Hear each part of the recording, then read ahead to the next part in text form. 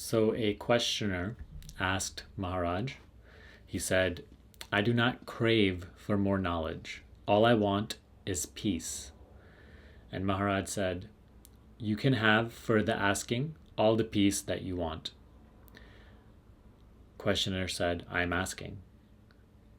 Maharaj said, you must ask with an undivided heart and live an integrated life. How? Detach yourself from all that makes your mind restless. Renounce all that disturbs its peace. If you want peace, deserve it. Questioner says, surely everybody deserves peace. No? Only those who don't disturb peace deserve it. In what way do I disturb peace? By being a slave to your desires and fears. Even when they are justified, emotional reactions born of ignorance and inadvertence are never justified. Seek a clear mind and a clean heart. All you need is to keep quietly alert, inquiring into the real nature of yourself. This is the only way to peace. So I wanted to share this with you because it is showing you in a simple way that peace cannot be achieved. You cannot become peaceful. You can only become unpeaceful or distressed, unhappy, okay? Peace and happiness is the, you can say, baseline, is the natural state. Okay, so here I want to kind of break down this sort of conversation little by little. So first, Maharaj says, right, you can have all the peace that you want, but you must ask with an undivided heart and live an integrated life. So the part of the undivided heart, it goes to say that you say you want peace, you say you want happiness, but actually you're so attached to the multiple objects of your desire, and your intention is and your attention is scattered in all these places. You say you want peace, but then look at your day-to-day life, how you live, how you conduct yourself, your behaviors, your actions, your thoughts. Everything will show you that you do not actually want peace. You know, all your actions are showing you that you are disturbing your own natural peace.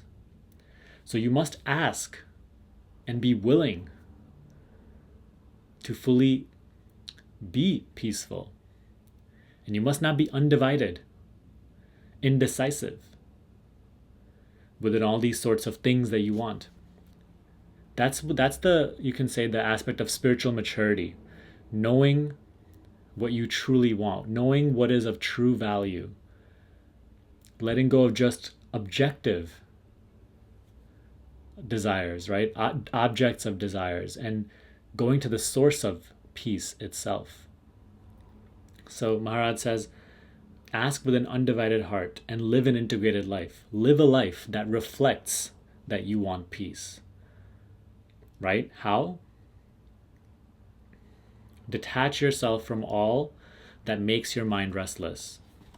You know, you say you want peace, but then you continue to dwell in so many of your definitions and beliefs about what you need to make yourself happy. You stay attached to, I need this in order to be happy. You continue to believe in these conditioned sort of beliefs and patterns that I need to have this by this age. I need to be settled down and have this much money by this age. So you see, all these things actually make your mind restless. We're constantly trying to fit into an image of what society wants us to be, what our family wants us to be, of who we believe we need to be in order to gain the love and approval of others. All this is stuff that is making your mind restless. Stop trying to be a somebody. Stop trying to create something. Give all your love and energy to just create something in order to gain happiness or to gain the approval of others. All this makes your mind restless. So it's different for everybody, right? It is for you to reflect on your own life and live with attention and care and see what is it in your own experience which makes your mind restless. What is the mind so hung up on and keeps you chasing that is disturbing your peace? So he says, renounce all that disturbs its peace. If you want peace, deserve it. So we want peace, yet we cling. We attach. You cannot attach yourself to the objects of your desire, yet at the same time be peaceful. With renouncing, it doesn't necessarily mean give up all activity, give up, all action, give up your work, give up your family. But rather, give up your ideas of what you need and what cannot be in your experience, right? So what you desire, give up the attachment to those ideas of like who I have to be, what I have to achieve, I need this to be happy. And give up your fears also, like give up the resistance you have to half of life, right? The normal way people live is half of life is desired, half the contents of consciousness are desired, half the contents of consciousness are feared. So we chase this half and avoid this half.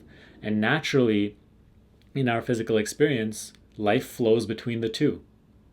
You cannot compartmentalize contents of consciousness.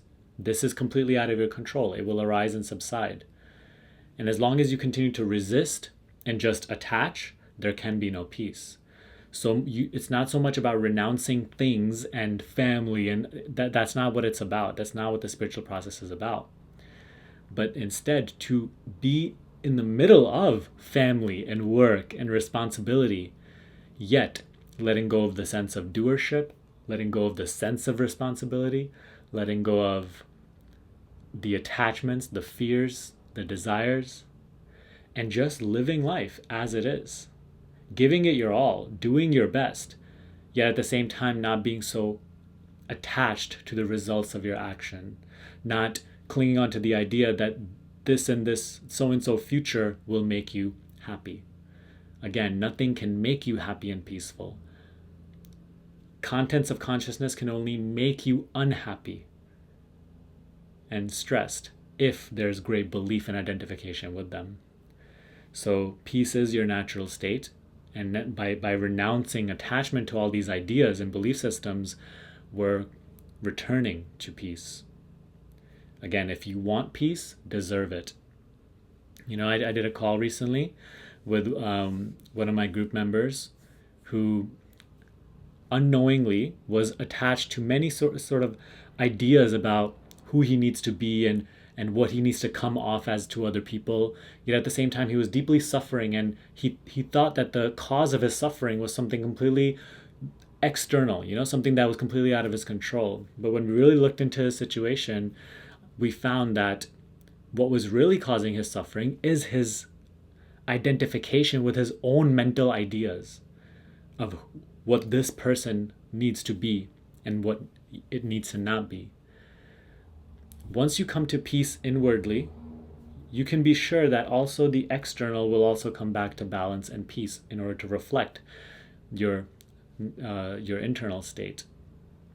But you cannot have both. You cannot have peace while at the same time dwelling in what disturbs the peace. And this is the whole part of deserving it, right? Only those who care, who investigate, who renounce, who acknowledge what disturbs their peace and then renounce that which disturbs their peace, even though there's great attachment. Those are the ones that deserve peace. So, from my own experience, I can tell you that there, throughout this journey, as I was waking up, so many things you acknowledge and you recognize that this is disturbing my peace. This is keeping me in the chase. But there's a sense that I don't want to let go of that. I may lose this, or I may not eventually end up gaining this. For me, it was regarding a lot of my business goals and things that I really set out to do when I just started this journey. But acknowledging how those ideas and those attachments actually were holding me down, or were weighing me down, were disturbing my peace and making my mind restless.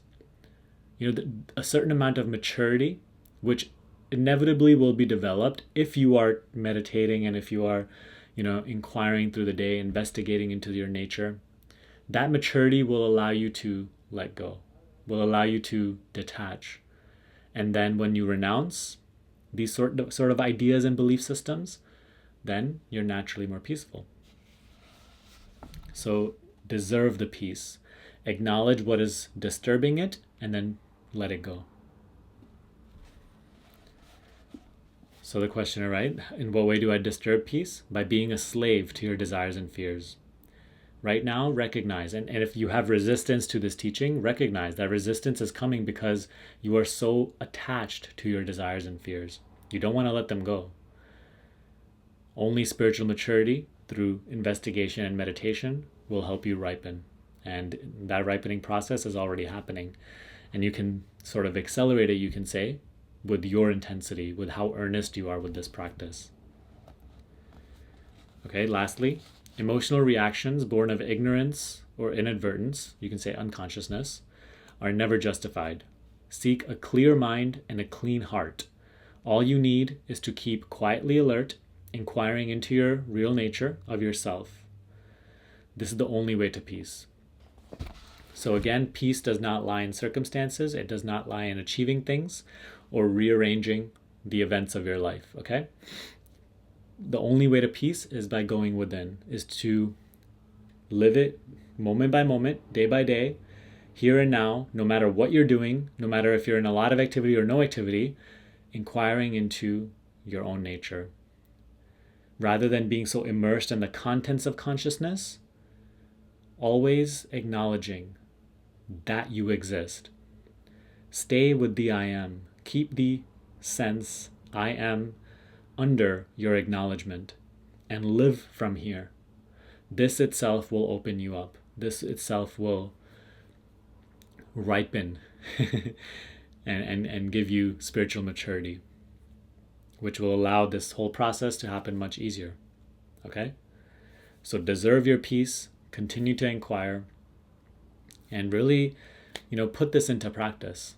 Thank you for watching this video. Now, here are a couple of ways that I can be of direct help to you right now. Okay, and I'm going to link everything that I mentioned right now in the description box below. So number one is you can join our free Personal Mastery Quest community, our Facebook group, on which you can interact with me personally and ask me all your questions.